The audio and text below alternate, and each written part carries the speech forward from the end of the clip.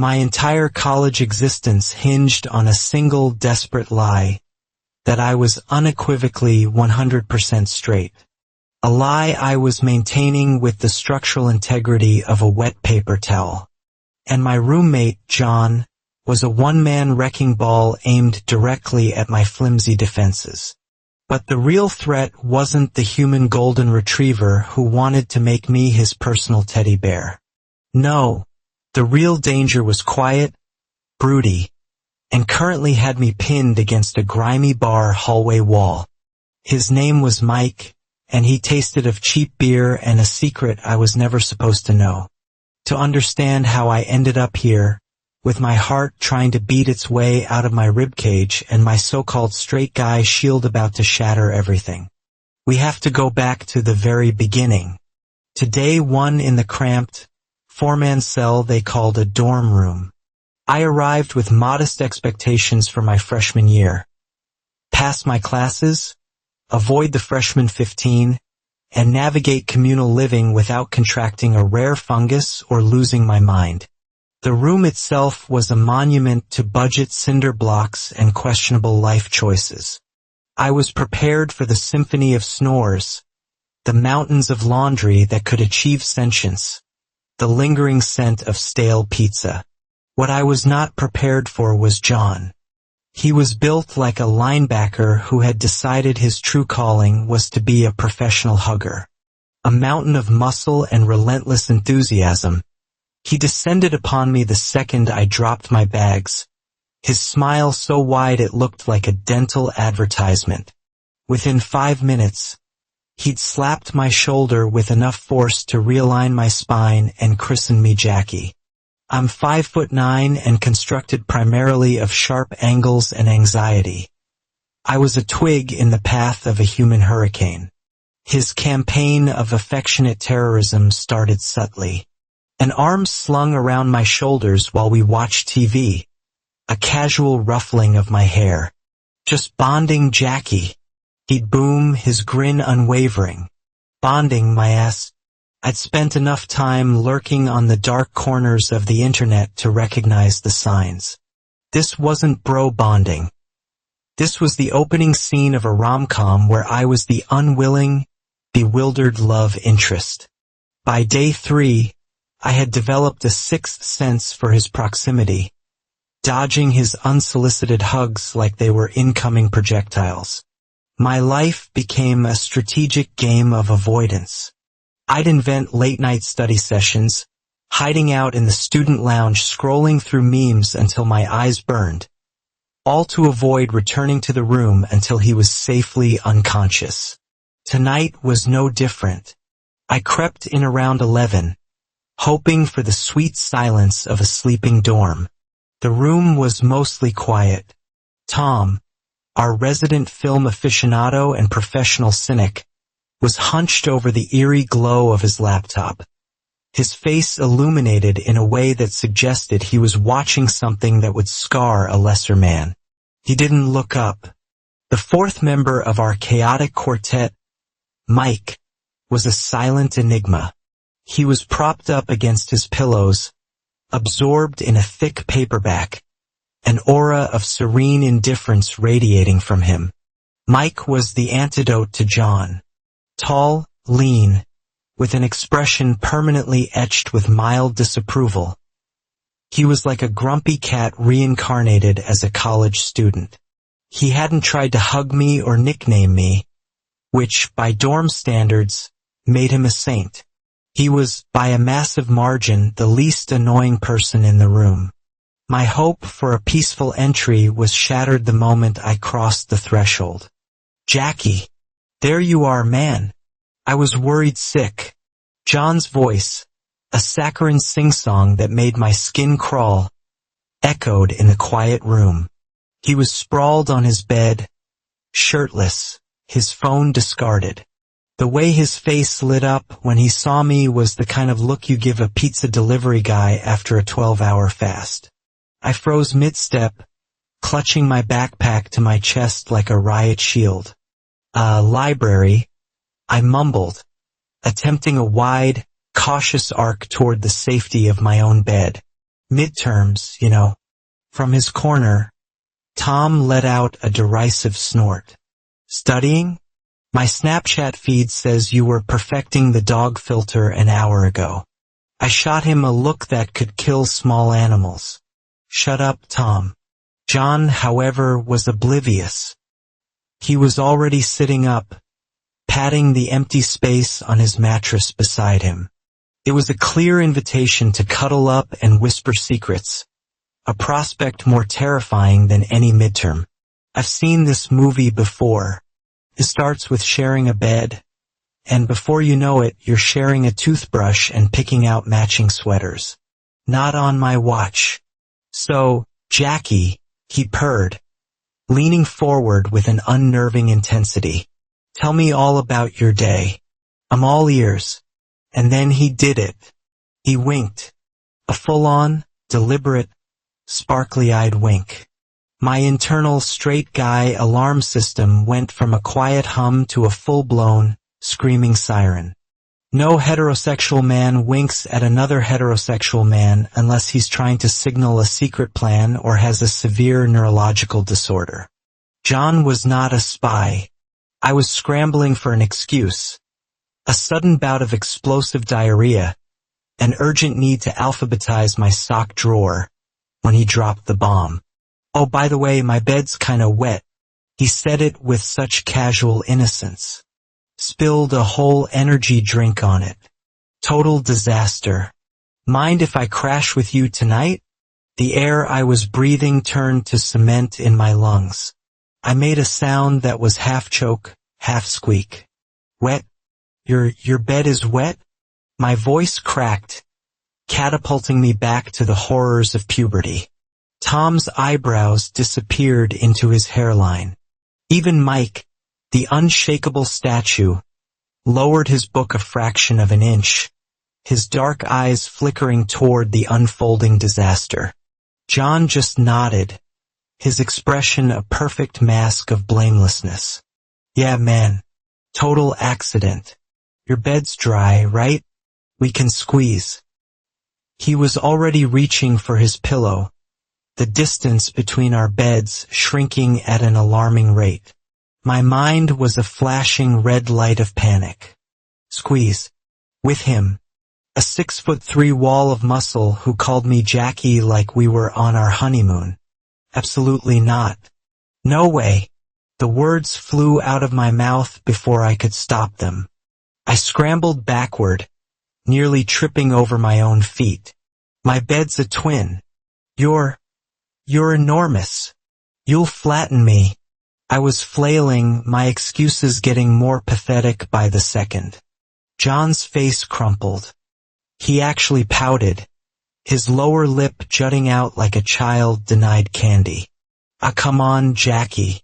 I don't bite. He followed it with a grin, and I swear to God his teeth glinted under the fluorescent light like he was in a commercial. I was seconds from making a run for it, from sprinting out of the room and sleeping in the hallway, when my desperate gaze landed on Mike. He was still there, a silent sentinel in a sea of chaos, the only sane person in a 5-mile radius. And then, a bolt of pure, unadulterated genius struck me. Sleep with Mike, I blurted, pointing at him as if anointing him my savior. Mike's head snapped up. His dark eyes narrowed into slits of pure annoyance. Whoops. In retrospect, consent might have been a good first step. I stammered, trying to backtrack. Mike's bed is bigger, right? You're cool with it, Mike. Yeah. I was now pleading with my eyes. Mike stared at me, his expression flat, as if I had just asked him to perform open-heart surgery on himself. What? His voice was a monotone, but I saw a flicker of something in his eyes. Pure, unadulterated irritation. John was already dismissing the idea. Nah, Mike's got his whole no human contact policy going on. Right, Mike? He laughed, but I wasn't giving up. Mike was my last line of defense. my only hope of preserving my personal space and my sanity. Please, Mike, I begged, clasping my hands together in a dramatic plea. It's just for one night. I'll owe you my life, my firstborn child. Anything.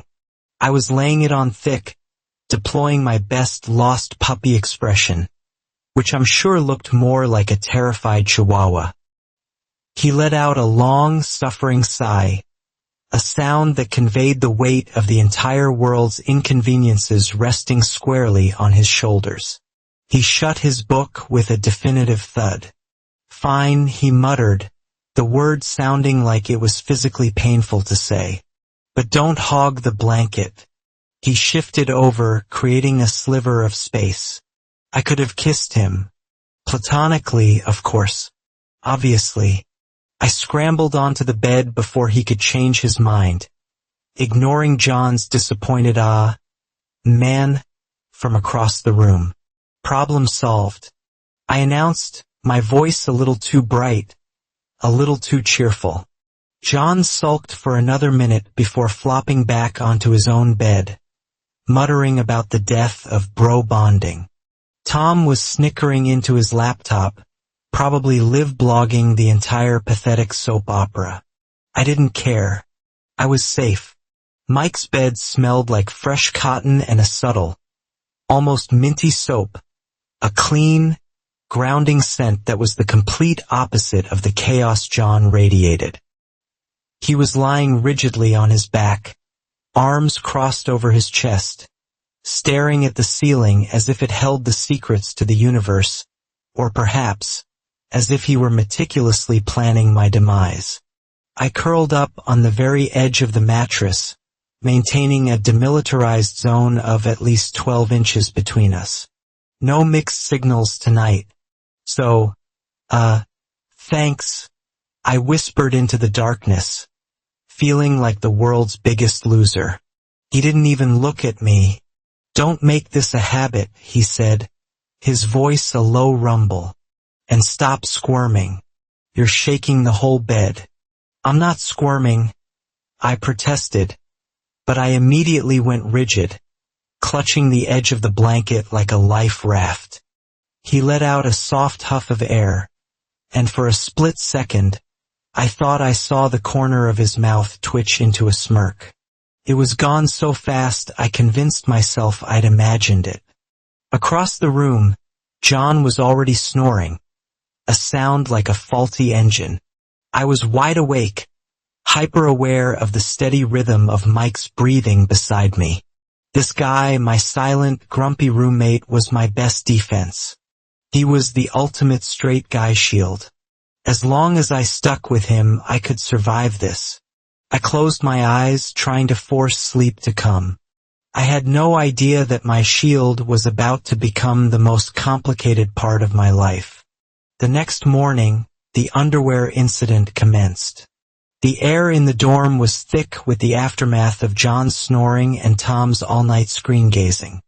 Mike was already up, folding his blanket with the precision of a drill sergeant.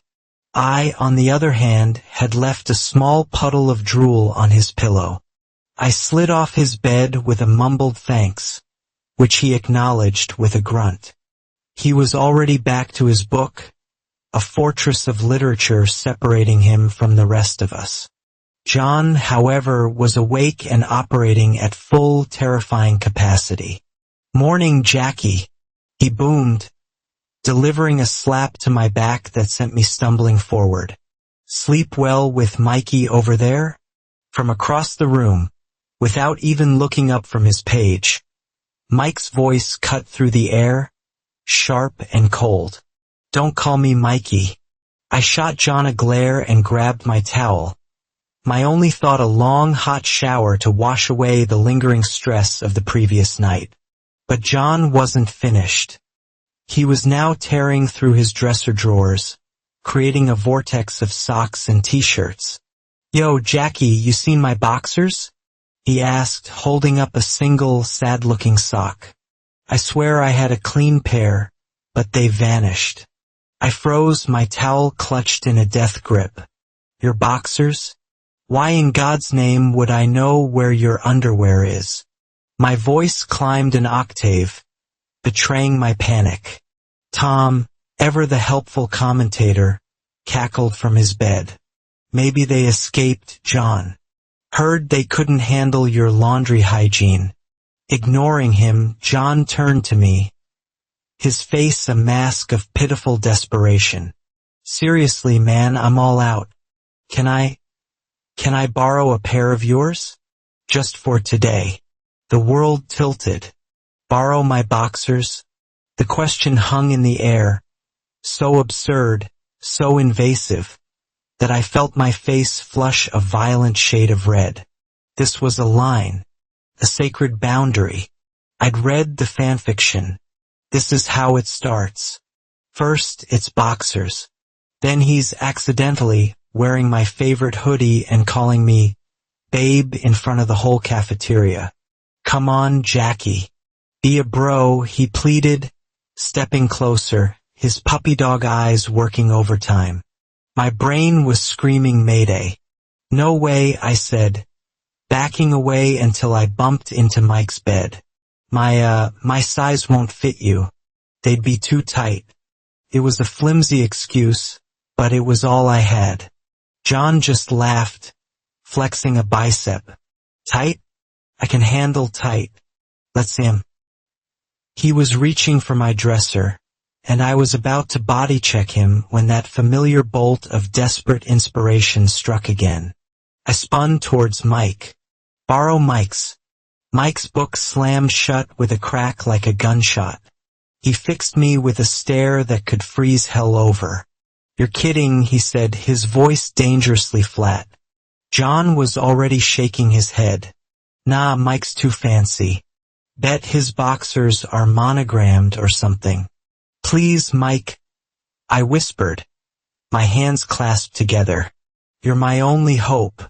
He sighed that long-suffering sigh again, then stood. He dug into his own dresser and pulled out a sealed, brand-new pack of boxers, tossing them not at John, but at me.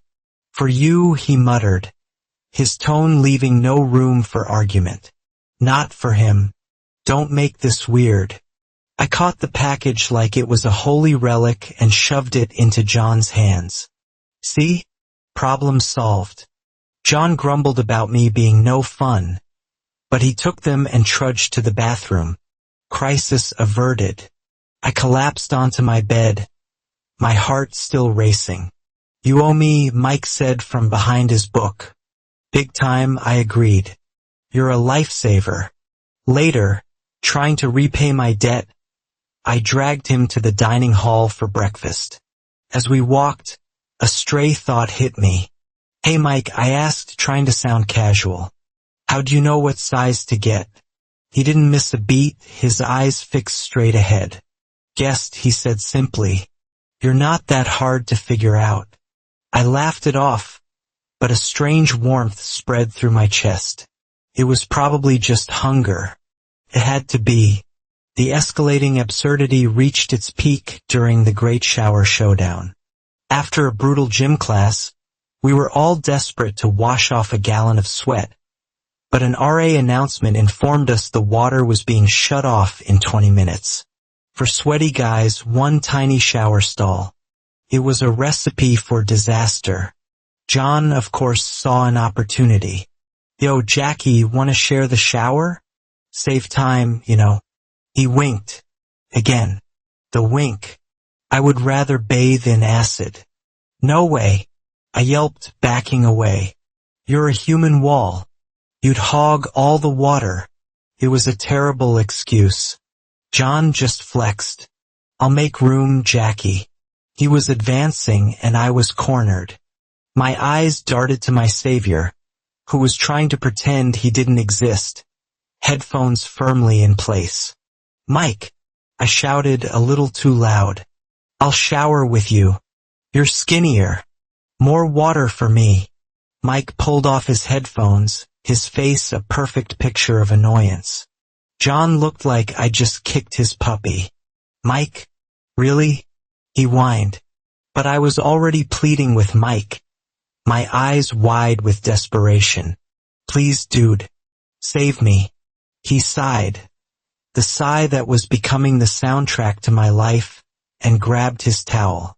"Fine, but don't touch my shampoo." The shower stall was a claustrophobic hell. The water was hot, but the space was so small our elbows kept brushing.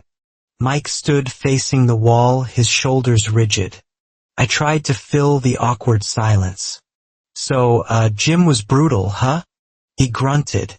His back was surprisingly well defined. "Not that I was looking. Of course not." Then, in a moment of supreme idiocy, a weirdly practical thought popped into my head. "Yo, want me to scrub your back?" Mike went completely still, then spun around so fast he almost slipped. His eyes were wide with what looked like genuine panic. "What? No," he snapped, pressing himself against the tiled wall. "I'm good. I'm done." He grabbed his towel and practically fled, leaving me standing there, stunned, under the spray. Did I just scare away my human shield? Later, back in the room, I was scrolling online when I saw a post that made my blood run cold. It was from a guy freaking out because he kept getting erections while showering with his male roommate. "Sounds like you're not as straight as you think," I typed, snorting. He replied instantly, "No way I'm straight. But this one roommate, when he's close, my heart races. It's weird, right?" I frowned.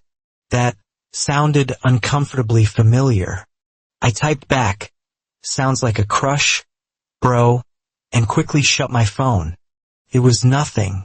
I was just stressed. The breaking point came during our dorm trip to a hot springs resort. On the bus, I physically barricaded myself next to Mike to avoid John. In the hot tub, John's advances grew bolder. "Come hang with me, Jackie. Wanna feel my muscles?" He grabbed my hand, pulling it toward his chest. In a full-blown panic, I lunged away from him and directly into Mike's lap. "I'll, stick with Mike's muscles, thanks," I blurted out, my face on fire. Mike tensed, and I expected to be shoved into the water. Instead, a strong arm wrapped around my waist, steadying me. "Pool's slippery," he murmured, his voice low and close to my ear. "Careful." My heart did a complete gymnastics routine in my chest. Later that night, during a game of truth or dare, Mike got dared to feed me an entire slice of pizza. He did it with a surgeon's precision, his face unreadable, his fingers occasionally brushing my lips. John watched the entire spectacle with a murderous scowl. Which brings us back to the bar. The end of finals party. I was clinging to Mike's side like a barnacle, but a very drunk John was relentless. "You and me, dance floor now," he slurred, grabbing for me. I dodged, using Mike as a physical barrier. Chilling with Mike, I mumbled. Mike let out a dry chuckle. "You're going to wear me out," he said, his knee brushing against mine under the table. Then his hand landed on my knee, giving it a quick, firm squeeze before pulling away. My brain short-circuited. I bolted for the bathroom, needing to escape the noise, John's hands, and the ghost of Mike's touch on my skin. And that's when John cornered me in the hallway. "Jackie," he slurred, caging me against the wall. "We're bros, right? I just want to be really close." My bladder was about to stage a full-scale mutiny. This was it. The confession. I was preparing my escape route when a shadow fell over us. "Back off." Mike's voice was a blade in the noise. He grabbed my wrist, pulling me free, only to spin me around and press me against the opposite wall. His hands slamming down on either side of my head. His face was inches from mine, his eyes dark and impossibly intense. "Mike, my words died in my throat. He leaned in, and his lips brushed my cheek. It wasn't a drunken stumble. It was soft, deliberate, and it sent a shockwave through my entire body. My brain simply shut down. He was my shield, my protector, and he had just kissed me. "I'm drunk," he mumbled, his forehead dropping to my shoulder. "Sorry." Then he was gone, stumbling back toward the bar, leaving me plastered against the wall, my cheek burning.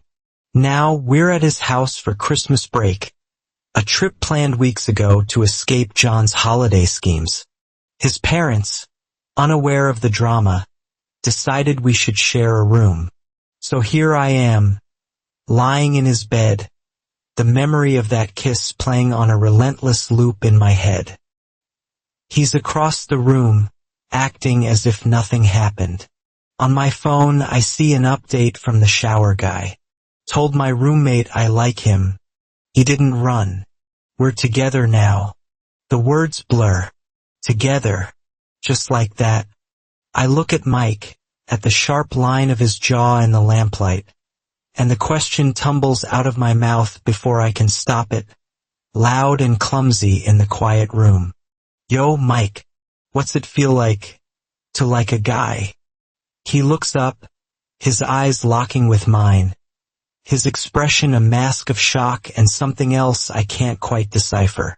I've just thrown a grenade into the silence between us, and I have no idea if it's about to bring my world crashing down, or finally blow the truth wide open. So what do you think Mike is going to say? And do you really believe that kiss was just a drunken mistake? Let me know all of your theories in the comments below. If you're as invested in Jack and Mike's story as I am, please show some love by hitting that like button, and make sure you subscribe and turn on notifications. You are not going to want to miss how this conversation ends.